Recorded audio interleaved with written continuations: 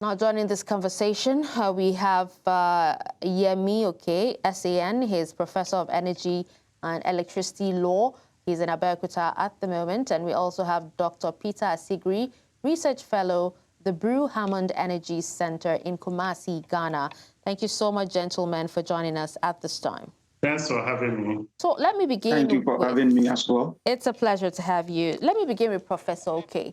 Can you walk us through how realistic, the timeline that Ghana has given is, given that, they have also admitted that the transmission infrastructure does not exist yet? Thank you. I appreciate your question on that. Realistically, the period naturally to have the transmission infrastructure put in place is able to export power to Nigeria and other West African countries will take between 15 to 20 years, realistically. Transmission line is not something you achieve in a day, not in 2 years, not even in 5 years, not even in 5 years. I mean, the gestation is longer because you have some multi issues to deal with, the right of way and the concession arrangement and all those and multi issues before you start to put the infrastructure in place. And as you're putting out the infrastructure within the span of 5 years, technology is outdated. You have to, from time to time, upgrade the technology. But to be realistic, I'm not as optimistic as to what Ghana intends to do. One, Nigeria is slightly ahead of Ghana in terms of transmission infrastructure. Two, Nigeria is already a net exporter of power to neighboring countries. Of note, we have a number of them, Burkina Faso, Niger, and Republic of Benin, and the rest.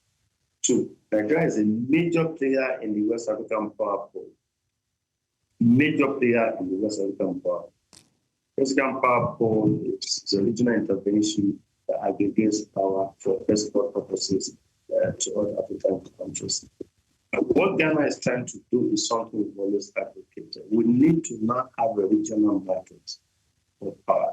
It doesn't make sense in the contemporary world that you are able to generate power in Ghana in excess of your national demand, and you have Côte in darkness, you have other neighboring countries, perhaps Nigeria in darkness or some states in darkness, and Ghana can't sell.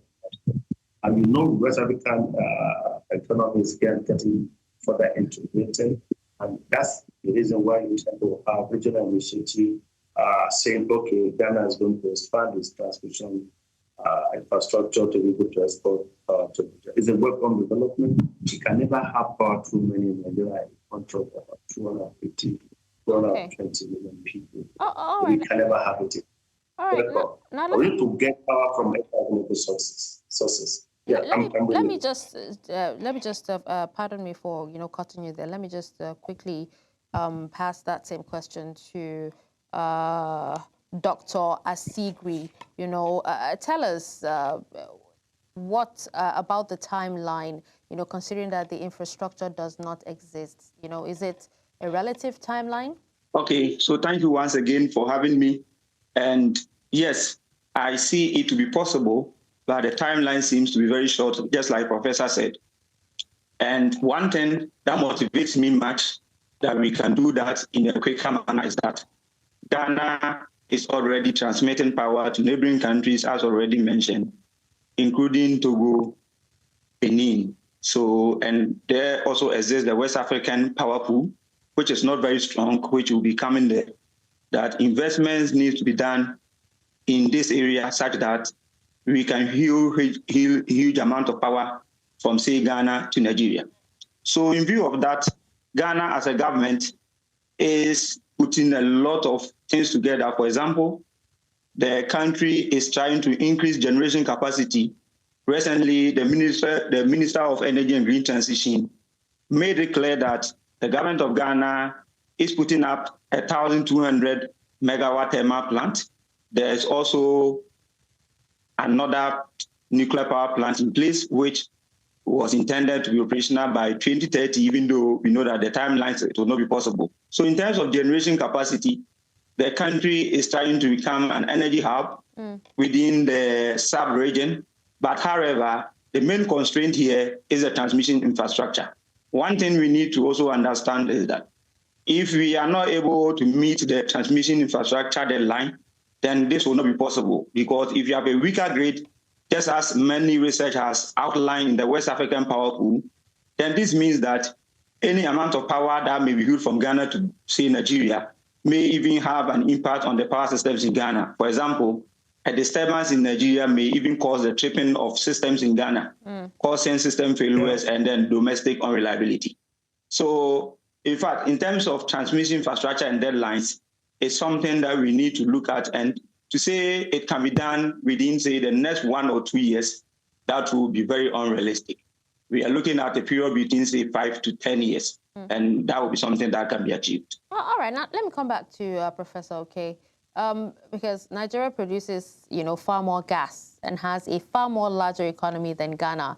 Yet it's Ghana that's pitching itself as the region's energy hub. So can you help our viewers understand why Nigeria, sitting on the largest gas reserves in West Africa, is not the one leading this conversation?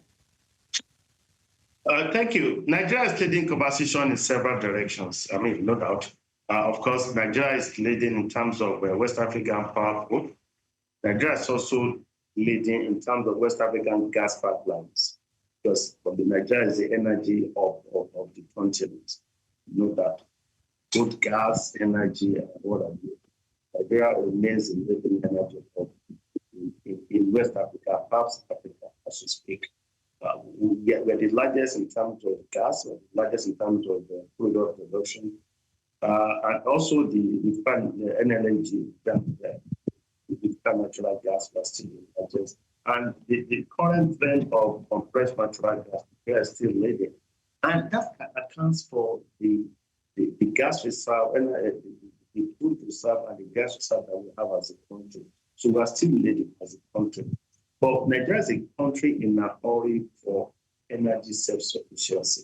Now, we've advocated aggregating energy from all available sources.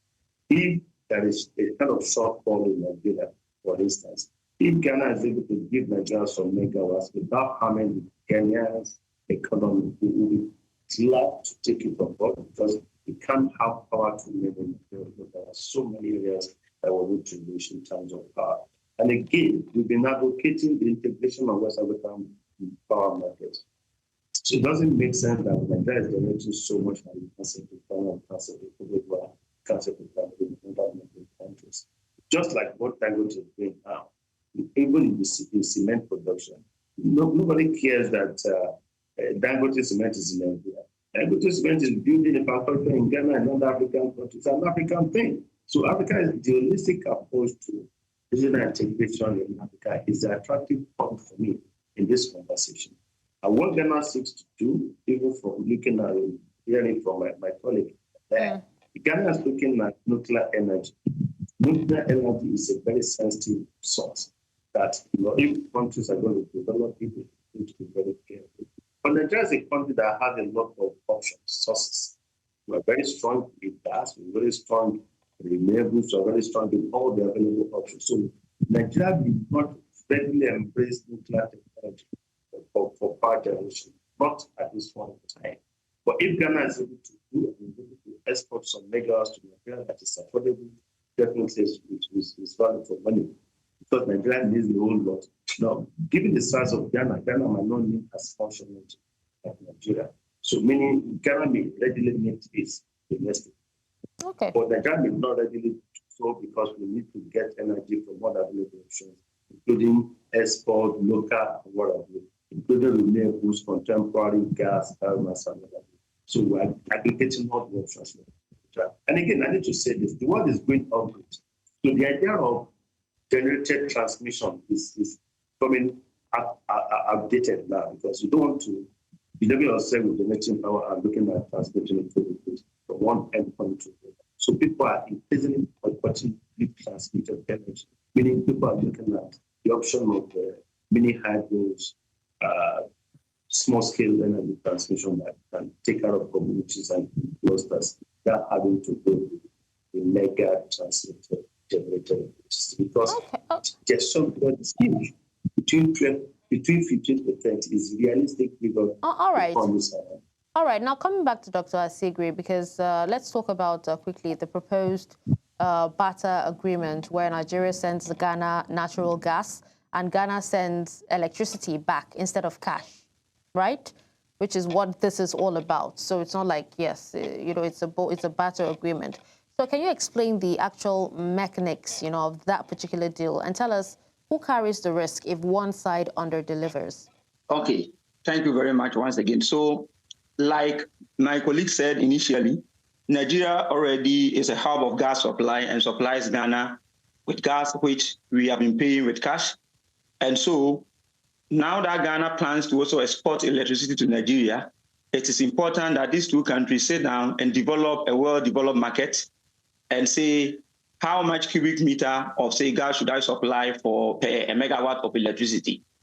If this energy source, such as the gas, is being supplied by the Nigerian government and then electricity is also supplied by Ghana government, then obviously, instead of paying cash, then we can deliver in terms of the market, and all depends on how the market is developed. And one thing that we need to also understand with this point is that none of these countries is trying to defeat the other, like saying Ghana is trying to defeat Nigeria in terms of electricity. That's not the case. It's not but what is very important here is that these two countries are trying to complement each other, or these two countries are trying to share resources based on strength and human or availability. Because like I said earlier, Ghana is developing itself into a lot of generations, and as we speak, even with gas, Ghana is putting up a second gas power plant to supplement what is already coming from Nigeria. And so one important thing for us to do so that each country will deliver based on, say, the barter gas electricity trade is to develop a strong market with set rules such that each country will follow. Okay. Now, Professor, now energy security experts, right, have warned that this particular barter-based power deals risk losing valuable foreign exchange revenue for the exporting country. So from all you've actually read and from all you understand, has Ghana done the maths, on what it stands to lose in hard currency by trading electricity for gas instead of selling that power for cash? See, if you look at the structure, it's still kind of an infancy level. Countries are still talking now. But honestly, it's a win-win situation for Ghana. And as I said, we've been advocating the integration of West African economy. We have a lot of the currency, the passport, the migration and immigration. So we've increasingly arguing in the direction of integrating West African market. And if Nigeria and Ghana are able to get integrated as one market, energy and power, the rest of Africa have to work to worry. So that's a strategic market for the competition of glass market. Ghana is not losing anything, Nigeria is not losing anything. Both countries are gaining. That's why I say it's a win-win situation for Ghana, both Ghana and Nigeria. One, Nigeria is selling gas. Nigeria is getting electricity.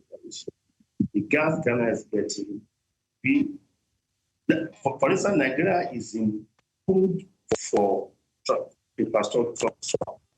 It's also in food for gas. So, for instance, if the country is able to supply some technology to Nigeria, I will already have to be able to sell the gas. It's also getting from, because Nigeria will still need to procure those equipment, those electricity stuff in dollar. Well, sadly, Professor Oke, we actually have an issue with your audio, and it's not as clear as we would like for it to be. But then we're about wrapping up all the same. So let me pass the next question to Dr. Asigri. Looking at the West African power pool, which has existed for years as the vehicle for exactly this kind of, cross-border trade, which is a welcome development. So what would you say has stopped it from delivering results at scale? And, you know, those challenges, what makes officials confident that this new push will succeed despite those challenges where it has not before? All right, so I'll even start this question with locally. I must say that when this conversation came up, a lot of Ghanaians are asking a simple question that even in Ghana, we do have a lot of outages. Why then are we saying we are going to export electricity to Nigeria? So it all comes to finance. So we haven't had a lot of financing in the West African power pool. It has been like each country developing its transmission system.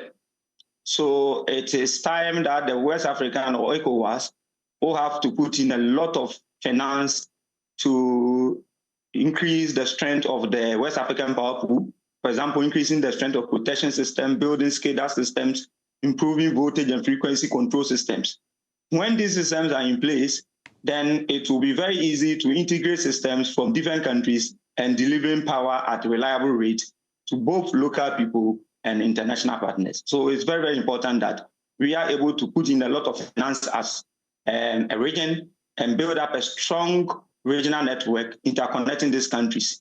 And we shouldn't also forget that once we are trying to build a regional network, the local network must also be looked at. And it's also important because you cannot deliver or intend to export power to a neighboring country when you are not able to deliver reliable power to your locals. All right, so I think with that, we will be wrapping up this conversation. But thank you so much, Yemi, SAN, Professor of Energy, Electricity Law, and also would like to thank Dr. Peter Asigri, Research Fellow at the Brew-Hammond Energy Centre, for your time and for speaking on this.